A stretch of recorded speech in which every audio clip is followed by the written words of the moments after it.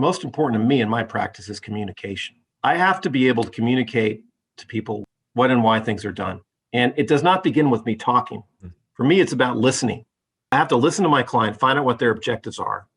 And then I have to use my experience to give them a solution. And then I have to explain that solution to them. Don't be silly enough to think that because you're a great artist, you're going to be a great architect. You have to start by listening.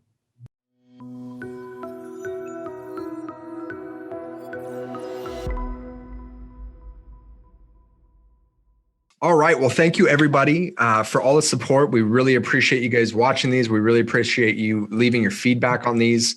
We're always looking for new folks to interview and stories that you want to hear. This interview is sponsored by the Architectural Foundation of San Francisco. AFSF is a nonprofit that provides technical training and mentorship to middle school and high school students who are considering a career in design. The mission of the foundation is to enhance the awareness and appreciation of architecture and design process in the local community. To find out more, go to afsf.org. And our guest today is Phil Newsom, President and Managing Principal of TBP Architecture. Founded in 1952, TBP Architecture provides a full range of architectural and planning services for both public and private sector projects and has offices in Walnut Creek and Newport Beach, California. So Phil, thank you so much for joining us today. We're really, really happy to have you on. Thank you. Absolutely. So just kind of jumping into it, I was looking at your background, and I know we were talking a little bit off camera, and you've been with the firm for 20 plus years, managing principal. Can you just tell us a little bit about yourself and kind of how you got started, your background? Well, I'm from San Francisco. My first exposure to architecture was my dad had his best friend was an architect, and I got to go to his office and wasn't really interested, didn't really know what it was, but it just kind of looked different to me than what I was. My father was a doctor, so I was used to that kind of professional type thing. But I was kind of exposed to Bruce Heiser was his name, to his office, and just a different path, creative, flexible, and so forth. And so, I was never really a conventional student. I was not great in anything particular, but I liked the fact that it was kind of a different way. I didn't have to be an accountant. I didn't have to know numbers. It was just the creative aspect really drove me to it. And I would never say that I was an artist. I think the skills that I got in that way were because I was interested in architecture. It came later. It was mostly because I was interested in the process, and also growing up, I used to love going to job sites after they were closed. You can't do this anymore, but used to go climb around. That would be my jungle for them, and build and construct my own things. In high school, there were no architecture classes, there were no drafting classes, but senior year there was a class, art and architecture, and that's when I started to sketch. I was not a 4-star A student, as you have to be to go anywhere. So I went to City College of San Francisco for actually more than 2 years, where I had to go learn how to draw. So I had to learn how to draw and had to learn to think differently. Unlike this kind of conventional path they put you on, math, English, and so forth, I had to go learn the language of architecture and how to draw. And that process took me, quite a while. And I was lucky enough to get a job working drafting in a window factory. And so back then we were doing hand drafting, and I would say I probably learned the most at community college because they're very patient with you. They're smaller classes, and you're taught by real architects. So I had some really great mentors there. I think that they have a couple different types of graduate programs, right? So if you've got a degree in architecture, there's a grad program that's 2 years. If your degree is not in architecture, if it's in something else, it's like a 3-year program, I think. But it's 2 years, but really one thing to just tell folks is just really you want to go after a 5 or 6 year degree. So gotcha. At Berkeley, they have a pre-professional 4-year degree and a 6-year, 5-6 year. So you can choose to go there, or you can go someplace like Cal Poly, where you can do it all in 1 degree in 5 years. Right. And I was very turned off by the 5-year degree, thinking, oh, I can't wait another year. It goes by like this. From where I sit now, I wish I had, but right. one of the recurring themes that I hear over and over again is the, going to study, right? Going to school, making sure you get your degree. But then as you get out of school, that's really where the experience starts, right? You need the degree, and we're not disparaging that at all, but there's a lot that you're not going to learn in school, and you're just going to learn from, getting a job, right? Working on projects, working under great people, and just collaborating and putting in your dues, right?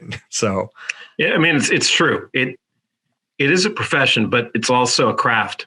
So, you have to do your apprenticeship. You have to spend the years, and you don't just wake up one day and you're an architect.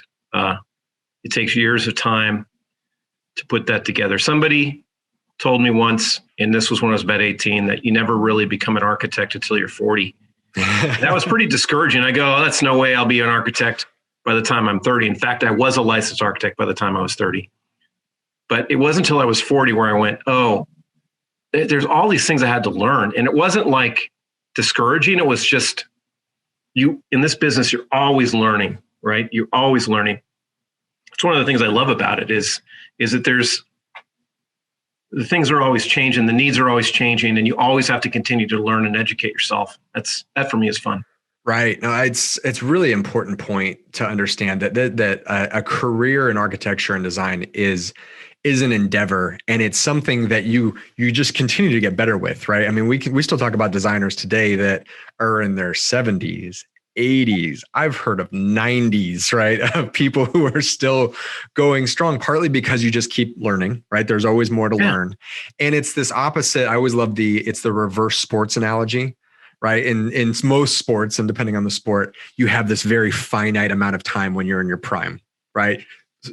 Take Tom Brady out of the equation, who's about to go to the Super Bowl at 43 years old, whatever he is. But, you think 30, you're washed up in football, right? I mean, as a soccer player, 35, you're just done.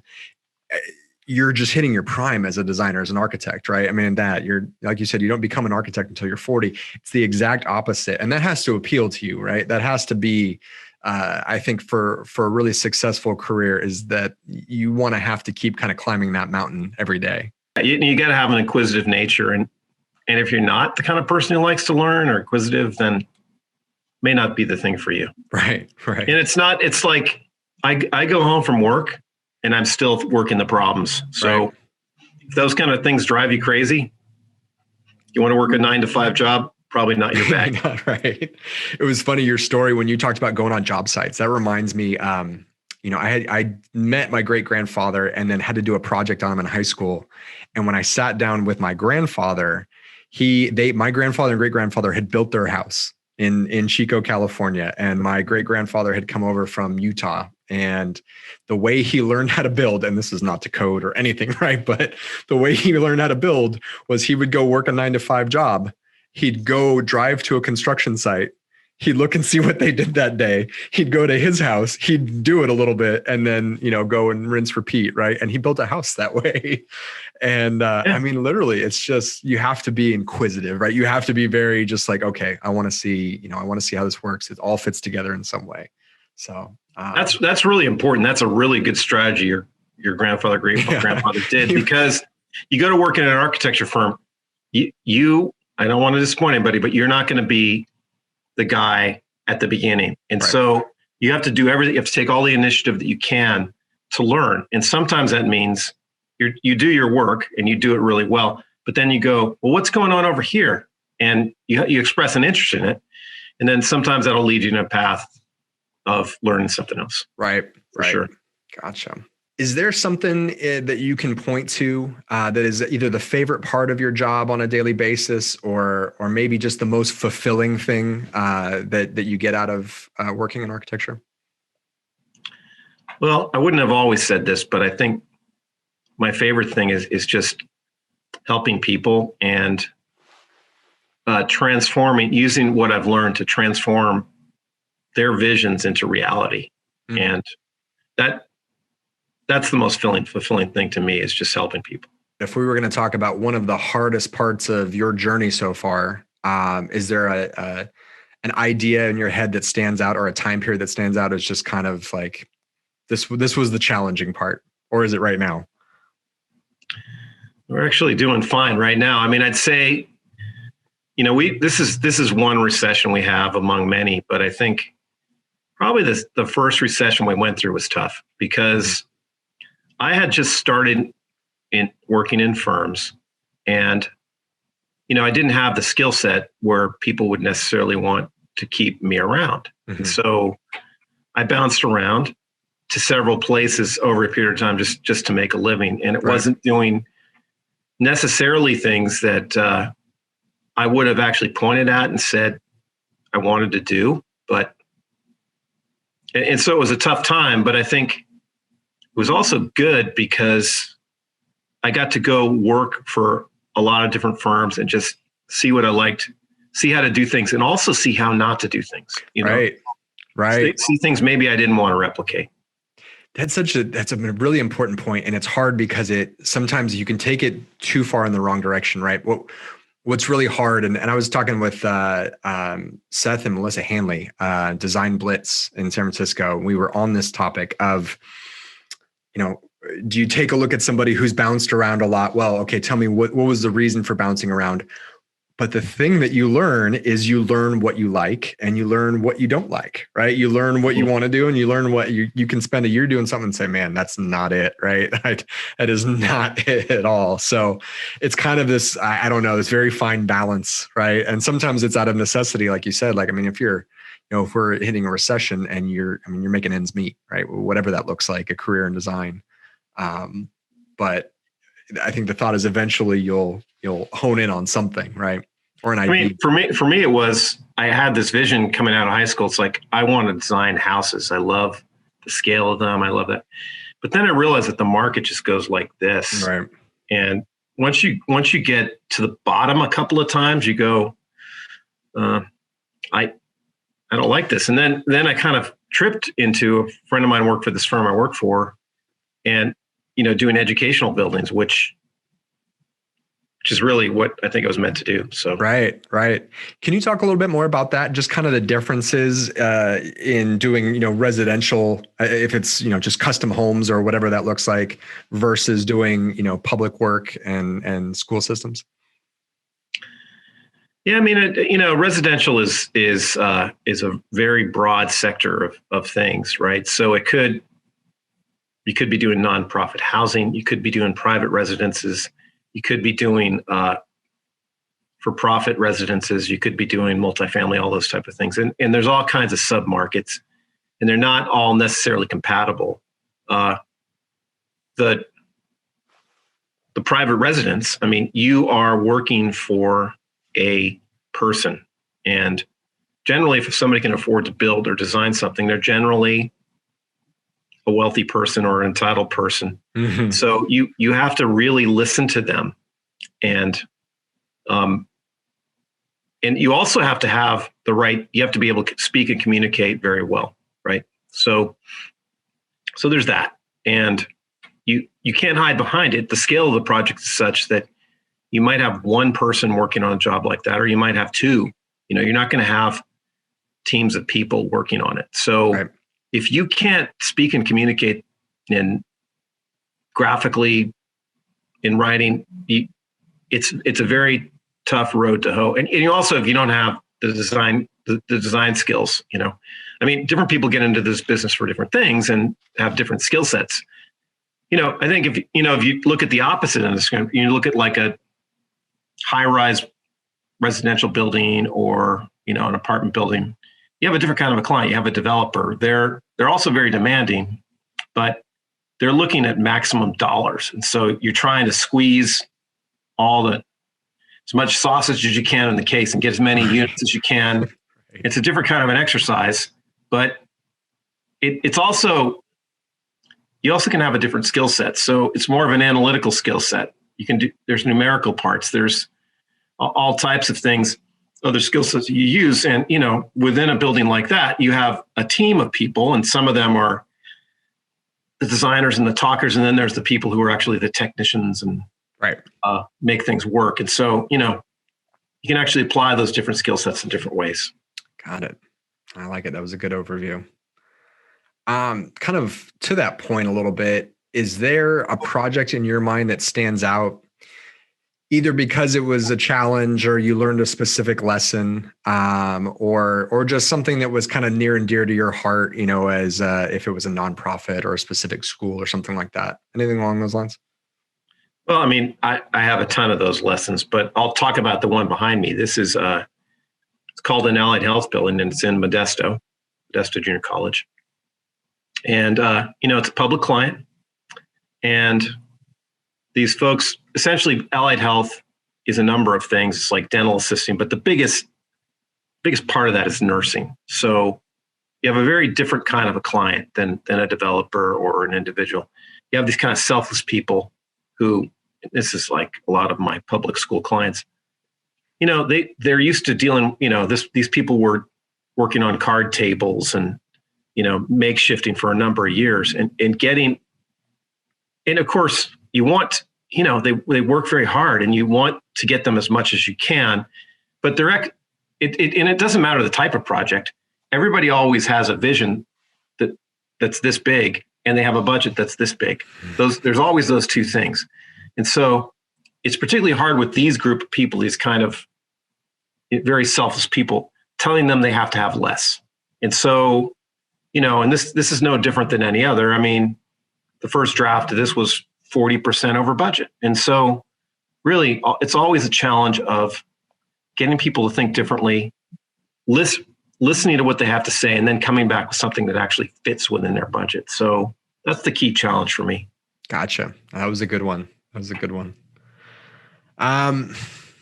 As far as leaders in architecture, who are some leaders in the design world that you admire or have inspired you in some way? And those can be either colleagues, maybe mentors or past professors, or just kind of anybody that you think of when you think of leadership in architecture.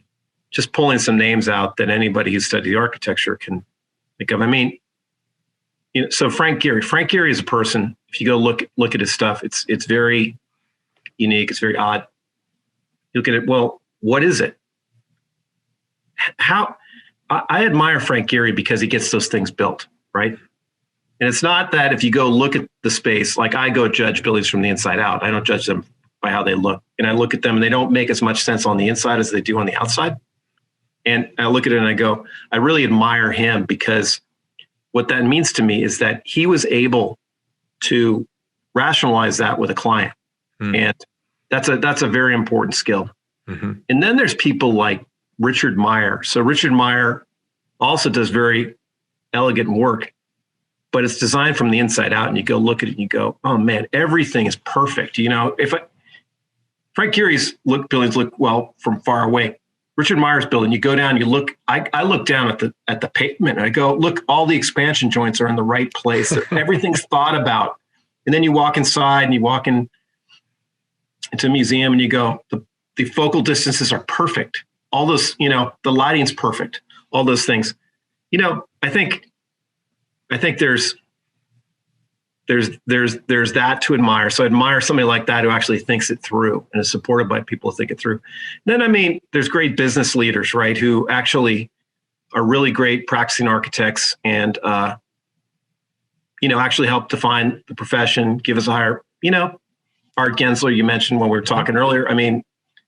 He's the best, right? He came and talked to our classes at Berkeley twice. Mm-hmm. Great communicator, really understands the practice, and right. I have a lot of personal mentors, but those folks are kind of idols of mine. Right. Those are great. Those are three very impressive people. Last question for you here. And this is the one we always ask at the end. What is the best advice that you could give to an up and coming design professional? And that can be either something that you wish was told to you as you were along your journey, or, as a managing principal, as somebody that hires, younger folks and newer architects, what do you wish that they knew? Well, the perception of an architect is different. It's interesting. If you go do a poll amongst people, some people think architects are engineers. People think architects are artists. Some people think that architects are, con men. There's all kinds of different things. And a lot of architects will say, well, you got to learn to draw, right? And you do. I mean, everybody has to learn to draw. And if you don't like to draw, it's probably not a good profession for you. And a lot of people get into it because they like design. But the actual design of a building like this is about 10% of the time. The technical construction document phase is about 70% of the time, but by 70% of the money you spend, but 2/3 of it are the construction of what you do. So, there's actually broad skill sets on big buildings that you can have. You don't have to be good at everything. But I mean, for me, I'm not great at any of those things. But what is most important to me in my practice is communication. So like, I have to be able to communicate to people what and why things are done. And it does not begin with me talking, although a lot of architects do it that way. Frank Gehry can pull that off. Mm-hmm. For me, it's about listening, right? So more of a Richard Meyer approach. What do I have to listen to my client, find out what their objectives are. And then I have to use my experience to give them a solution. And then I have to explain that solution to them. And so in that whole period of time, the listening and communicating, that's 2/3 of it right there. I don't think of myself as a great communicator. I don't. And I certainly wasn't when I started this, and I didn't want anything to do with it. Right. I just didn't. But I think what made me successful was not that I communicate, but I certainly knew how to listen to people. And then because I listened to people, eventually I learned, okay, I listen to them, I write those things down, I come back to them, I tell them what they told me, and then I reveal the design, and they go, oh, that's pretty good. Right. So that to me is really the most important thing, is listening and communicate. And you can learn to listen, but don't be silly enough to think that because you're a great artist, you're going to be a great architect. You have to start by listening. Great advice. Awesome. Well, that's a great place for us to leave it. Phil, thank you so much for taking the time to do this. The foundation thanks you. Really, really appreciate you and your advice.